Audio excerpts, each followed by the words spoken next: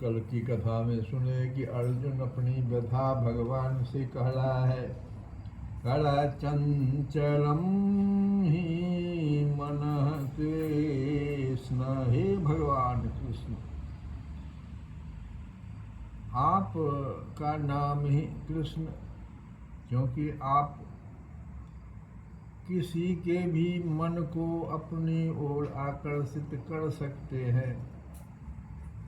इसलिए आपसे प्रार्थना है कि मेरा जो ये मन है जीव का, संसार में जितने भी जीव हैं मनुष्य हैं जो मनधारी है, इसलिए मन वाले हैं, इसलिए मनुष्य हैं। ये मनुष्य का जो मन को रखे हुए है, इनका चंचलम ही मन है। ये मन बड़ा चंचल है। तो मन जो चंचल है, तो इसके साथ जो दो तीन और विशेषता है। प्रमाथि बलवत दृढ़म। मन जो है वो बेचैन है। मनुष्य का अर्जुन कह रहा है भगवान से कि मन जो है बड़ा बेचैन है। बेचैन क्या है?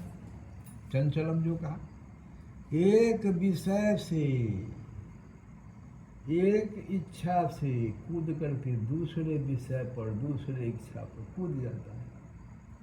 बेचैन है, रुकता ही नहीं। एक वो इच्छा किया, अभी उसकी पूर्ति हुई या न हुई, एक विषय में गया, अभी उसकी पूर्ति हुई या न हुई, दूसरा विषय फिर परोस लेता है। इसी को ना बेचैनी कहते हैं। दूसरा कि ये बड़ा अशांत है, जिसके कारण बड़ा अशांत हो जाता है मन। और अशांत का अर्थ है प्रमाथी हो जाता है। और प्रमाथी का अर्थ हम लोग कल सुने, ये मथानी जैसे। मथानी क्या करता है? दूध हो या दही हो, मथ देता है। ऐसे ही ये मन जो है जब बेचैन होता है, अशांत होता है, तो ये हमारी चेतना में, चेतना तो हम लोग सब कोई समझते हैं, जिससे हमको महसूस होता है जैसे कि हम जीवित हैं। जैसे कोई मान लो शरीर पे हाथ दिया तो चेतना है, तब समझते हैं, स्पर्श ही समझ आते हो कोई दूसरा व्यक्ति है। किसी का शब्द सुन लेते हैं, किसी को देख लेते हैं, चेतनता है हमें। कोई मृत आदमी थोड़े करेगा, उसमें चेतनता है। तो हमारी चेतना में क्या करता है? क्रोध उत्पन्न कर देता। अशांत हो गया, बेचैन है। अब उसमें देखो ये प्रमथता कैसे है, तो हमारी चेतना में क्रोध उत्पन्न कर देता है, लोभ उत्पन्न कर देता है। क्रोध नहीं उत्पन्न, तो लोभ उत्पन्न कर दिया। वो सुख से भी आगे बढ़ जाओ तो वासना उत्पन्न कर देगा। और जब कुछ नहीं उत्पन्न करेगा तो भय उत्पन्न कर देगा। ईश्वर हमको नहीं प्राप्त, भय क्रिएट कर।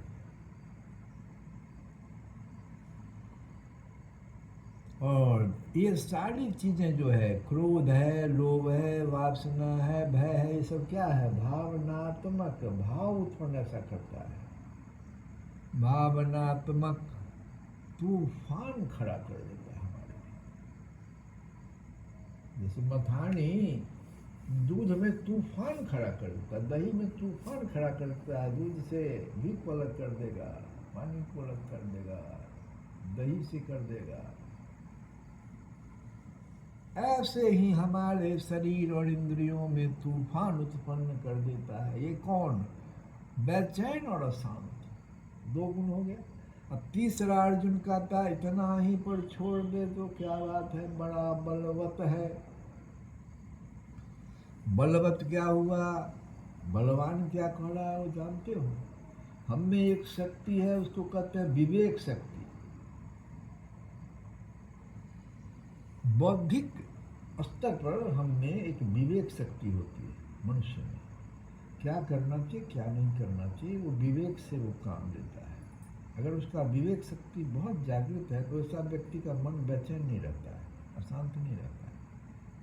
लेकिन जब इसमें बेचैनी हो गई, चंचल मन है, अशांत है, तो वो बलवत हो जाता है हमारे विवेक और बौद्धिक समझ पर। तो हमारा ये समझ है इसी पर हावी हो जाता है। कुछ उसको समझ में अब नहीं आता कि क्या करना, क्या नहीं करना। ये अर्जुन कह रहा भगवान, समझो, ध्यान दो। अर्जुन जैसा ज्ञानी बलवान वो भगवान से कह रहा है। और इसके बाद देखो कहता है तना पर छोड़ दे तो क्या बात है। ये चंचल जो मन है, जो अशांत है, उसमें ये सब हो रहा है। बलवान भी हो जाता है, हमारे विवेक शक्ति पर हावी हो जाता है और हठी हो जाता है। अब जो हम सोच रहे हैं वही सही है, बाकी सारे लोग गलत हैं, क्योंकि अपना विवेक तो खो दिया ना वो। तो अब कहता है जो हम सोच रहे हैं हठी हो जाता है, अपने हठ पर कायम हो जाता है। जो हम सोच रहे हैं वही सही है, लेकिन वो भीतर जा नहीं पाता कि हम जो कुछ भी हट करें, ये हमारा बेचैन मन कर रहा है, बड़ा अशांत मन कर रहा है, वहां ना शुरू में न जाना चाहिए।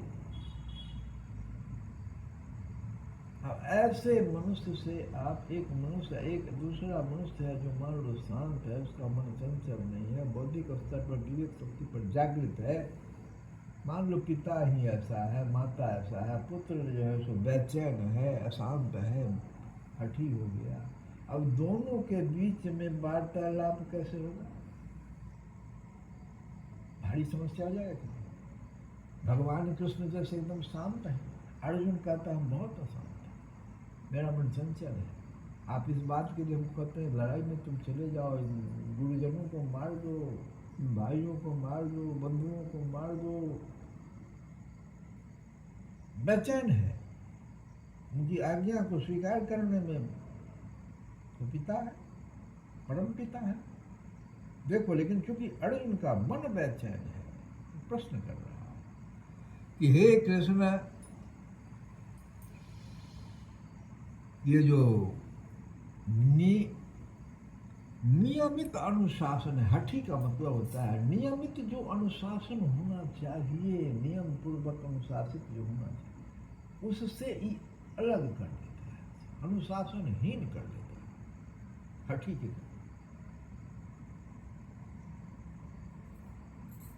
नियमित अनुशासन के आगे झुकने से हठपूर्वक इनकार कर देता है, हठपूर्वक इनकार करता है। बड़ा सुंदर प्रश्न अर्जुन का है ये। तो यह जो है सारी क्रियाएं जो मन के साथ हो रही है, इसमें मूल बात जो है वो कामना है। ये कामना के कारण ही ना शुरू कहाँ से मन बेचैन हुआ। तो ये कामना जो है इंद्रियाणि मनोर बुद्धि, इंद्रियां जो है, इंद्रियां मन और बुद्धि इस कामना के वासस्थान कहे गए उच्यते। ये कामना रहता कहाँ है? कामना के कारण मन विघ्न हुआ है। अब प्रश्न यहाँ उठ गया कि कामना रहता, समझेंगे तब ना। कामना का स्थान का वास स्थान कहाँ पर टिका हुआ है? मान लो हमारा दुश्मन है कोई, अब दुश्मन तंग कर रहा है, लेकिन दुश्मन का अब स्थान कहाँ है? कहाँ से वो हमको तंग कर रहा है? तब ना कुछ कर पाएंगे। तो कहते हैं कि इंद्रियां, मन और बुद्धि इस कामना के वास स्थान कहे गए हैं। इंद्रियाणि मनः बुद्धि अस्य अधिष्ठानम उच्यते। और कहते एषः यह कामना, एषः एतहि मतलब हुआ इन इंद्रियां, मन और बुद्धि के द्वारा ज्ञान को आवृत्य ढक लेता है। अब वहाँ पर जो मान लो जहाँ पर जो हमारा दुश्मन आ जाए तो हमारे सारे जो सुख के साधन उस पर पहले वो तो उसको कब्जा में ले लेगा। हमको तो इसको कब्जा में करना है, तो पहले तुम्हारे उस वहाँ पर तुम्हारे वास स्थान पर पहुँच गए। अब तो तुम्हारा जितना भी वो चीज़ है जिससे तुम विवेक शक्ति सबसे पहले तो उसी को ढकेगा, बौद्धिक शक्ति उसी को खत्म करेगा। तो कहते हैं कि ये इंद्रियां, मन और बुद्धि इस कामना के वास स्थान हो गए। और यह कामना, ऐसा जो कामना जो मन, बुद्धि और इंद्रियों के ज्ञान को ढक कर, जब ढक लिया तो क्या कर देता है, देहाभिमानी देहिनम विमोहयति, देहाभिमानी मनुष्य को मोहित कर देता है। बहुत बड़ी बात कह रहा है अर्जुन। महाभारत में भी आया है कि जगत में कामना ही एकमात्र बंधन है, दूसरा कोई बंधन नहीं है। ये संसार में जन्म मृत्यु का जो बंधन हो जाता है, किसके कारण? कामना के कारण। यही कहते हैं, महाभारत में आया है, कामना ही जीव को बांधने वाली है।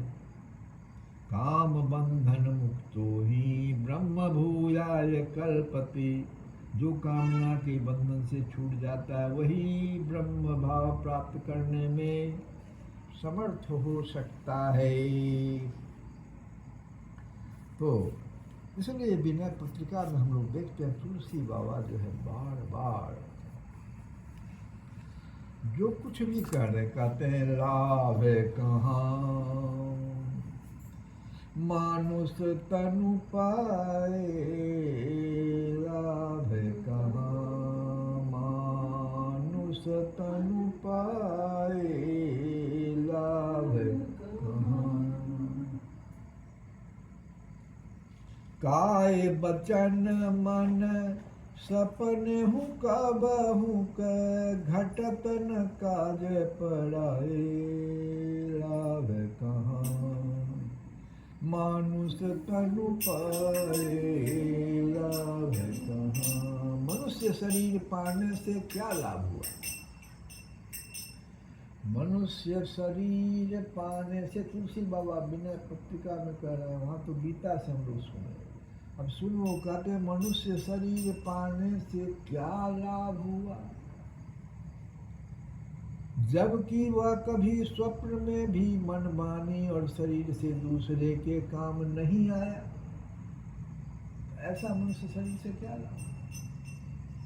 कहते स्वप्न में भी मन, देखो पहले मने को कह रहे हैं, मन वाणी और शरीर से।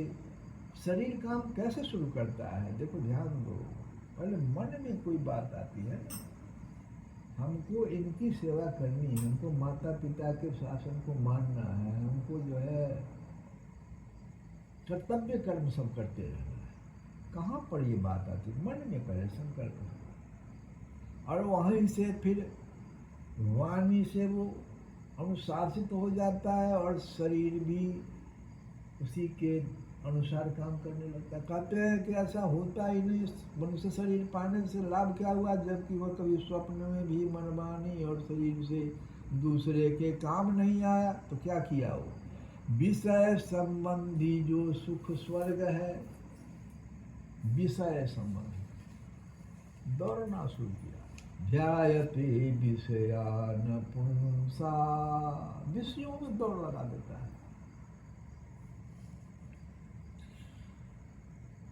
जो सुख सुरपुर नरक गेह बन, आवत बिनहि बुलाए, तेहि सुख कह बहु जतन करत मन, समुझत नहीं समझाए, लाभ कहाँ मानुष तनु पाए, लाभ कहाँ। कहते तुझसे विषय संबंधी जो सुख स्वर्ग नरक घर और वन में बिना ही बुलाए आपसे आप आ जाता है। आप कहाँ जाइएगा? स्वर्ग में जाइएगा, वहाँ भी विषय सुख आ जाएगा। आप नरक में जाइएगा, वहाँ भी घर में रहिएगा। वन में जाइएगा, अरे वहाँ भी बिना बुलाए, वन में भी बिना ही बुलाए आपसे आप कौन आ जाता है? विषय संबंधी जो सुख है, विषय संबंधी सुख।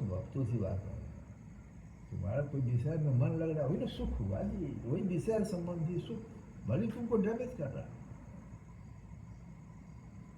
ये सब जगह आपके पास बिना बुलाए आपसे आप आ जाता है उस सुख के लिए। अरे मन तो अनेक प्रकार के उपाय कर रहा है, समझाने पर भी नहीं समझता है। हे मूढ़, तूने अज्ञान के बस होकर पराई स्त्री के लिए, अज्ञान का कारण समझा, पराई स्त्री के लिए और दूसरों से बैर करने के लिए मनमाने आचरण किए। गर्भ में महान दुख दारुण कष्ट और विपत्ति भोगी थी, उसे भूल गया तू है? पिछले जन्म में ये बात हुई थी। हे मूढ़, तूने अज्ञान के बस होकर पराई स्त्री के लिए